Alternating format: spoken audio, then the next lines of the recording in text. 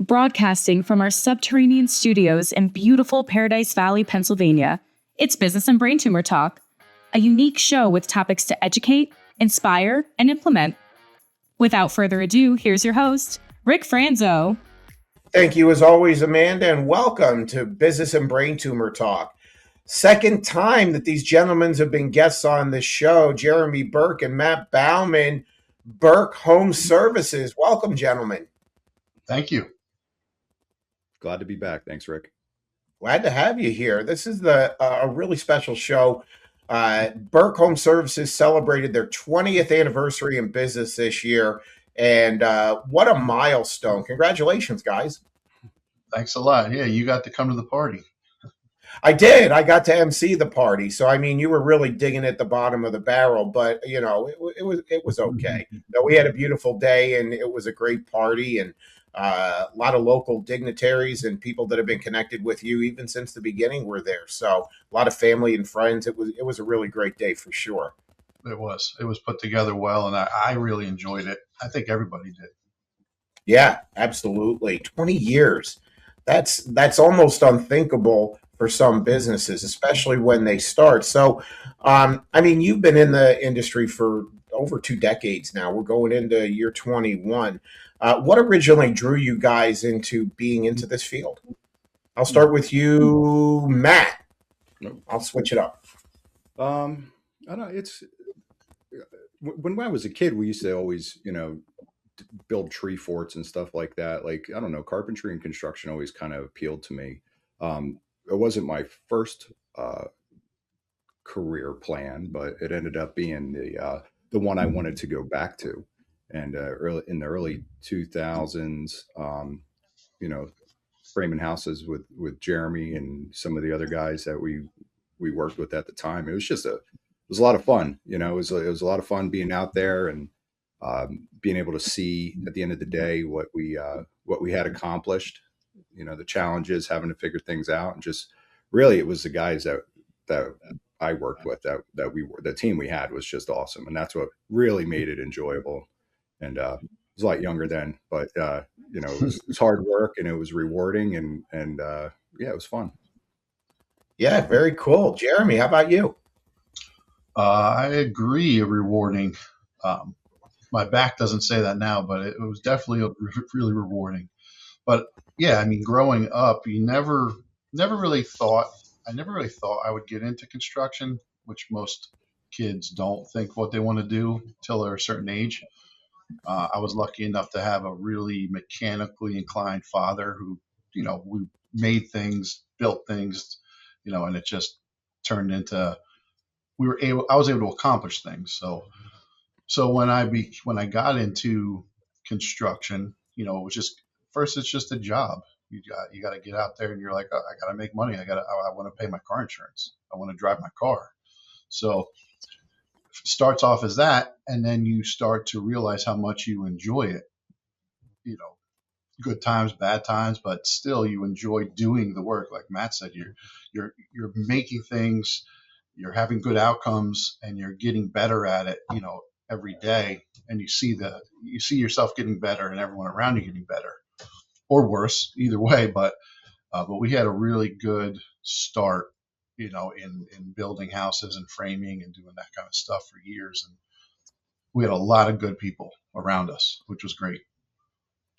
You both mentioned good people that are around you. And so, the people that you worked with made it, fun to be there, to get up and to go to work. You were working with some really good guys, right? And so, but it also gave you purpose, from what I'm hearing, that you got a sense of accomplishment. And so you like to build things and create and make things more beautiful than they were before, or just create from scratch and make them. But again, we're not getting any younger. Let's be real, and let's face the reality. And so, when did both of you kind of make that switch from being in the field and being carpenters and doing a lot of the physical work to being the CEOs of your company, to being owners? Well, I guess I could go first. Being so into it as I am, it's still hard for me not to do the work and help people and help the guys, which is, I don't think that'll ever stop. But once you found the right people and put them in the right positions and you had the talent and you were able to show them as much as you could that your skill sets and you're able to show them how to improve theirs, you get confident enough to, step away and say, oh, look, these people, they can handle it. I don't have to worry about it. And then, work on things that are more important. So I'm going to say probably in the 15th to 17th year, something like that. It took me that long to get farthest out where we're at now. So more working on the business and not just in the business, and you can go out and swing a hammer if you want to, but not because you have to. Correct. Yeah, makes sense. What about you, Matt? Yeah. So, I mean, I've been here for 16 years. This year, it wasn't like an overnight thing. As the business expanded and we took on other services, we had to sell those services. So for a while, I was I was selling and then helping install, and naturally, it kind of got to the point. It evolved to the point where I couldn't do both. So that's what kind of started growing production, and I started focusing more on the sales side of it. And you'd still jump back in and help on occasion, and even in the last couple of years, I still do when needed. Or but as the company grew, it just doesn't make sense. I mean, I'm definitely not the most talented carpenter here, that's for sure. I mean, there's young guys, there's guys that have tons of experience. um, we got a really, really good team around us, and sometimes it might be more annoying if we were on the job with the guys than it is if, if we're not. They'd rather not see us there, I think, at this point. So that was like Jeremy. It was kind of a tough to kind of get yourself out of the role of being out in the field and more being in the office and working on the business and the planning and the trainings and things like that, and the hiring and the retaining and all the things that go on in the back end that not the most fun, right? Not why we got into business. We got into business so we could do what we do, and we're really good at what it is that we do, and to hand it off to somebody else to run it in our place, even when we're there, to leverage off people and processes and systems. That's incredibly hard to do. Even when we set them up ourselves, it's hard to kind of set it and be able to walk away from it for a bit, right? So, would you say that your business runs really well without you being there, guys? Yes or no? Yes or no? I would say yes. Right now, yes. Um, just back to how I think it takes a long time for any owner or manager to step out, who's definitely used to being in the field, to step out and let that go. And it's very hard. And like you said, coming up with those systems that work, it's still hard because you want to improve on them. You want the guys to improve on them. You see the small things that aren't happening, and you just want to dive right back in and show them how to make it happen. But it takes a long time, and Matt's better at than me, of saying, hey, let this guy handle this and make sure, and then just, bring them up, instead of just taking over. And it takes a lot of time. But I can say, yes, we can step away and at least come back to a business still running, which is good. Yeah, but running well, though, right? I mean, there's really, you don't have to be there for it to run really well at this point, right? After 20 years, 16 years, you don't really have to be there every day. You could step away, right? Correct. Yeah, year 21, we can step away. Year 21. Yeah, I mean, really, I think the day-to-day operations and the actual, the work getting done, the guys out, actually producing the work, that's happening, and there's people in positions to oversee that, which took a really long time. But there's still a lot of feedback and a lot of communication needed to make sure that happens efficiently. But yeah, I mean, the producing of the products that we deliver to customers, that is happening on a day to day, with less input, sometimes with zero input from us. It's the communication and the uh, leadership and daily management duties are happening at a higher level, but it's all relative. Yeah, I'll add to that. I'll add to that too. I was going to say, um, when you are, I was going to say, when you're out there and you're selling the job, right, and then you're doing the work. Like Matt said, now the guys can do the work, and they're better than we are doing it anyway. Now at this point, um, Mhm. you have to be able to trust them, and the good part is we do, and that can happen. And I mean, I have jobs that I've never seen before. Where I used to see everything, every detail. Now, there's jobs I've never been to once or never even talked to anybody, that's the goal. You don't have to deal Yeah, with everybody. And that's the sure. goal from you know 19 years and on, where Matt doesn't have to talk to a customer and I don't have to talk to a customer. The work gets done just as good, everything gets accomplished just as good. Yeah, that's the dream for a lot of people, and quite honestly, and we all know the reality is, most businesses don't make it to that level. Uh, they don't make it. They don't last to that spot where they can step away. They're usually, no matter what it is, it could be in blue collar or white collar. They're the ones that are doing the heavy lifting, and then there hits a point when they're either their body can't take it anymore or their mind can't take it, and they're just exhausted. They're burned out, and it's not fun anymore. And they dread getting up and going to the office or the job site, and they just want to step away, and they really don't have a parachute to exit out of there without hitting the ground full tilt. So one of the ways that you guys have really embraced is the technology and systems, and so we talked about people, processes, systems, and so what systems 20 years ago, 16 years ago, there wasn't the technology. I mean, everything is moving at lightning speed. And so, what are things that we're using today to help make everybody more effective at whatever their role is, including both of you? So, some of the systems that you have in place, like Pulse and different things, what are things that you're utilizing that can make it easier for you to be great in business? You want to answer, I Matt? think, yeah. So like to that, we've developed some software with some of our partners, things like that to simplify processes, and we've used some of the bigger name products out there as well. And we always come back to the fact that we like to streamline things and really keep it as simple and user friendly as possible, so everybody kind of knows where to look for things. But yeah, I mean, we have a custom built CRM that's also our project management tool.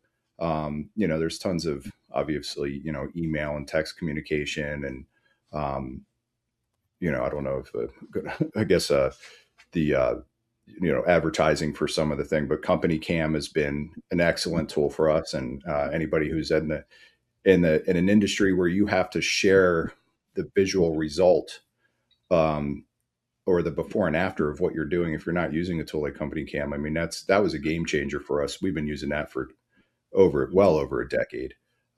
Customers can see what's going on. We can see what's going on. You can take a before picture and show the guys what they have to do in that particular situation. But really, it's just and at the end of the day, the guys, some of them still get paperwork orders, right? Because that's really the best way to do that. Just give them a piece of paper and let them go out and do what they have to do. Um, but yeah, it's just communicating. I guess essentially everything as simple and clearly as possible, whether it's email and digital, or if it's just simple paper communication. Yeah, I'm going to say, compared to, say, 10 years ago, 15 years ago, like Matt said, Company Can, that goes from the beginning of a project, and there's a process that the salesperson or consultant has to do: take the pictures, upload them, make notes on them, share with the homeowner. Projects get put on the board, then it gets shared with the production, and then the process is seen throughout the whole picture taking. The whole project is seen from start to finish. And it's definitely a big game changer because everyone's on top of what's going on daily. So that's a big help. And yeah, it's a big help. And the marketing also is enormous. We didn't have, 15, 20 years ago, we didn't have the outlets for marketing like we do now, where, websites, everybody might have had a website or maybe not, but nobody was going there. So we've really evolved technologically in a lot of ways with how we reach our ideal customers or clients. And so, one thing that Burke HomeServices does really well is engage with the marketing. If both of you could talk just for a moment about how you feel from where you're sitting, marketing has really impacted Burke HomeServices and then the Dr. Energy Saver Basis by Burke division. And we'll start with Matt on that if we can. Yeah, sure. It's funny. I think this year was 2025 was a huge increase for us in marketing spend. And, going back, 15 years ago, this year's marketing budget was probably more than the total revenue that year. Right. So, I mean, that's a huge piece of this, trying to get in front of the consumer in your market as much as possible, and letting them know you exist at the time where they're in need of your services. I mean, still, when it comes to the remodeling side of the business, we get so many word of mouth referrals and just local recommendations and repeat customers that it works really, really well. From the insulation and the waterproofing side of the business, there's a small percentage that are our return customers that we can work with over and over again for different things, or pass them over to remodeling, or vice versa. But essentially every year we need 2,000 new leads. So to run the appointments to support all the sales guys we have in order to convert to sales to feed the production team. So it is a lot. We have a really good team around us to help us with our marketing. Most of the strategy comes from here, from inside the company, and then we have some partners that help us outside, and then we have part of the team here that works on that every day with some of the organic stuff and social media, and just kind of constantly being present and being part of the industry you're in, especially for us, where it's a highly competitive. There's a lot of other competition out there.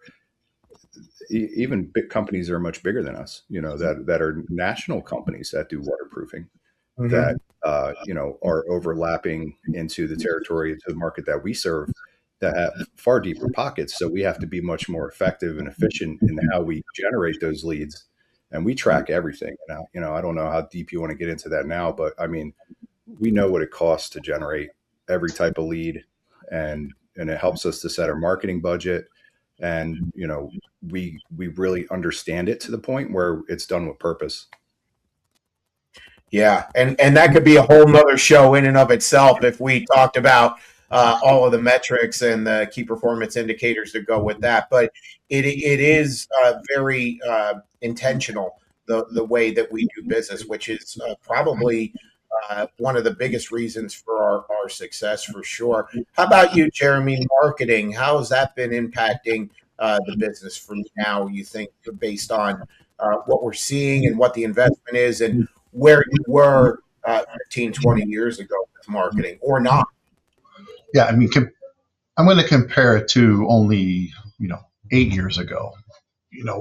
We didn't put a lot into marketing because I didn't understand as much. Realizing, like Matt said, there's a lot of companies out there that are putting big budgets in, and they are out there first. People are seeing them constantly, and we were down below. And then to realize that, hey, you have to get out in the market as much as possible to get in front of people, to have them call you or get a hold of them. So through our planning and knowing what we want to do for customers for the year, how much revenue / people we can help, in their homes, then we set our marketing budget, and you have to put it into it, or you will never get there. You'll fall way short no matter what. So you got to put the investment up front, to make it happen. And of course, it's not overnight. You can't just start with a chunk of money and say, hey, let's market. And it's going to take time to build up your presence. And luckily, we're into a few good years of presence, and it's starting to compound. And we know it's worth it. And it takes a while for owners and even managers or anybody to realize how worth it is, because you Yeah. wouldn't be in front of those customers. And when you hear people say, "Oh, I saw you here. Oh, I saw you here. Wow, I saw that video, or I saw this," it's it's working. You gotta, they gotta know you exist before that phone starts to ring, and so that's key. And you guys absolutely make the investment to make that happen. Over the last 15 or 20 years, in just your opinion and estimation, what separates a good company from a really great company? And you're a great company. And I'm not just saying that. You've proven it time and time again. There's so many ways we could quantify that. But what separates a good company? And there's good companies out there. What separates you from the competition? What makes a great company great? Whoever wants to go first. I'm going to say, having the right people, the right Yeah. people in the organization and outside, that you deal with, and partners, is the biggest. People who care about what they're doing, people who don't, who care about everybody, the company, they really care about the work they do for somebody. I mean, that's the biggest thing, because they're doing it with purpose, and they want to see this succeed. They want to see the customers happy, and we're doing good work. And that's the difference. If you don't have those people in there, you're not gonna be able to grow or get better, and they're not going to call on you when the time comes. Yeah, absolutely. No, that's a great answer. Matt? I was giving some thought to this actually the other day, kind of reflecting, and we have some exciting things coming for next year that have been well thought out, and realistically though, it really starts with Jeremy. Back in the early stages of Burke construction, he had a lot of pride in what he did, and really cared about doing a good job, and really, what we used to say, oh, we like to do the work, right? Like, we get to do this type of thing, and to communicate that on through time to, I mean, these are tradesmen, these are skilled tradesmen that work here, right? Like, that's the other thing. When you have people who love to do the work, and the same way we talked earlier about, standing back at the end of the day and looking at what you've accomplished, that is something that, that's what makes the difference, right? Really, that's what really makes a difference between being good and being great.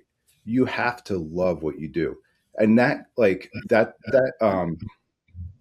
we say it a little differently, but like that, that's good enough mindset, right? Like, that's good enough. That's going to be it, right? It's how you do anything is how you do everything, right? So Right. if what you do when nobody's looking, that's really what it is, right? So, like, if you want to be able to repeat that, and you want to have other people on your team who want to achieve great things, be the best, for where they are at the time, you know, as they get better and they grow and they learn more things, they have to like it. They have to love it ultimately. And I think that's kind of the secret. If you can surround yourself with other people who love what they do, whether they're in the front office or they're marketing, or they're doing the spray insulation, or they're carpenters, they have to love what they do. it can't just be a job, because if it's a job, then everybody's going to have a job, including the owner, right? Mhm. So, and like that's the worst job to have.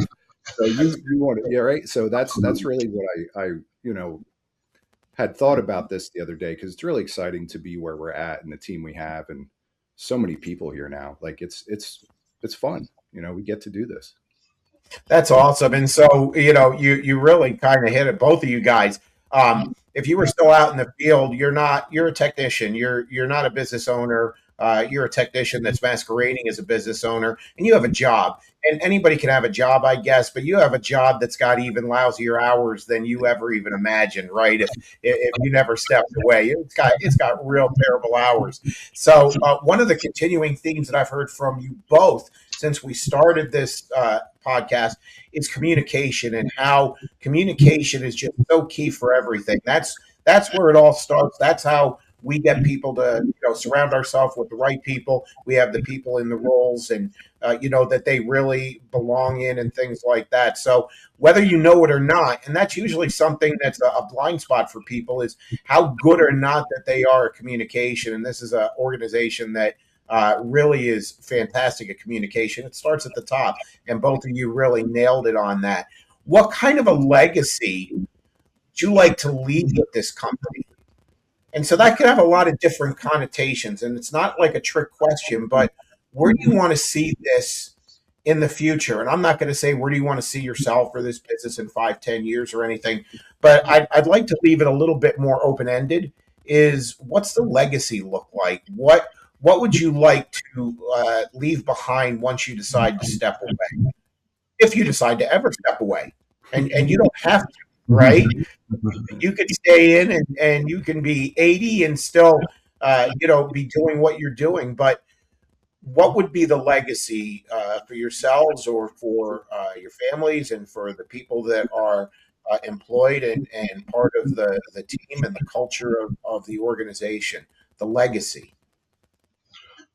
I could say I want to see, I want to see years of this company, continuing to grow and support the people who work in it and around it and the people we help. So I want to be able to feel that if it's time to slow down and step away, that I'm confident that the company can really still be a big part of the community and help and continue to help everyone around them. Yeah. That's really the bottom line. I just for everyone, their families and our customers, I just want to make sure that we can continue to help them. Yeah, absolutely. Fantastic. Yeah, I think we talk a lot about, and Rick, you've been part of these conversations where we talk about wants versus needs, right? And to be as a company, as an employer, where people want to work here, right? Like that's an awesome thing, right? They want to come work here. That's how you get top talent, and how do you get good people, but also customers who want to work with us, right? Like they seek us out because they want to work with us. And there's a lot of people that we do help through the different services that we provide. Even the simplest part of, like, energy efficiency, right? And healthy homes and that kind of thing. Like it's a very important part of this, right? So everything that I think we've done it sincerely, with for the right reason, ultimately to help people, and to make their homes nicer, and to help them envision their dreams and stuff like that, and to continue to have a place where people want to be and customers want to work with us. I mean, that's really all you can ask for. That's fantastic. As we conclude, and everything, by the way, is better with Burke. That's the truth. What are some things that you would like to, what you're currently doing in the community, and what are some things outreach wise that you would like to maybe look at or be involved with?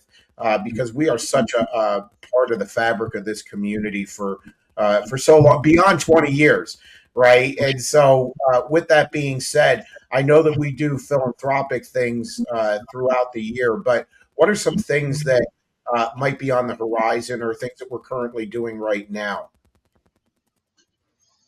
Well, I don't know if we'll give too much away, but yeah, we have ideas, and we have some things that are cooking. But Okay. we will always be a huge supporter of Habitat for Humanity. I think like we love what they do locally, and they're a great partner of ours. Um, so we'll continue to do things with them, and really anybody else who reaches out or that we hear about. It's not always publicized. Not a lot of shout outs are required because it's done for the right reasons. Um, but yeah, there'll be some more coming. So this is why I asked that question, and I didn't prime anybody for this because it's things that we do behind the scenes, all of us, right? That they're the important things, and we never put the spotlight on ourselves. So I really wanted to put the spotlight on you guys and some of the things that you've done, if you were willing to do that. And it seems like you're going to be very humble about this, but you do give to a lot of charitable organizations throughout the course of an average year. So. The community knows it, and you don't publicize it, but it is appreciated for sure, definitely. So again, part of the fabric of the community. If you had to describe Burke HomeServices in one word, you know me and my one word, right? It's pretty irritating. But, if you had to describe it in one word, what would that word be?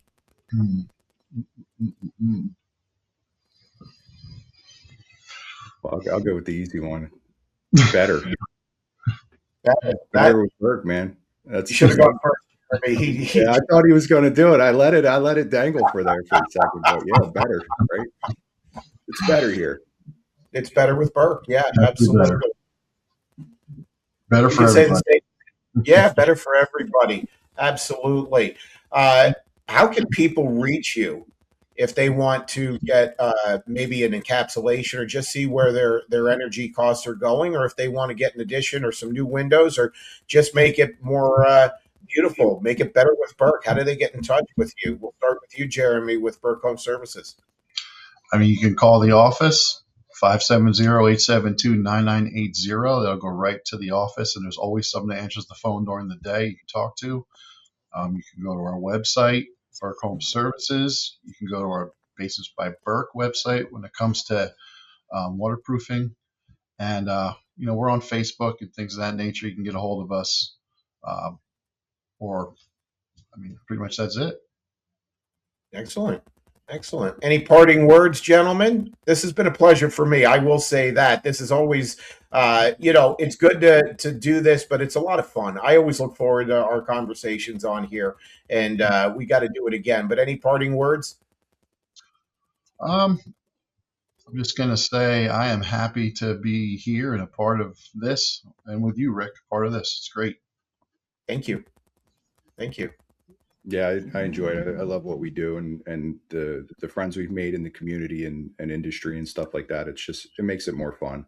And that's really at the end of the day, right? If you love what you do, you never have to work. Is that how the old adage goes? That's the adage, yeah, for sure. That's what we do.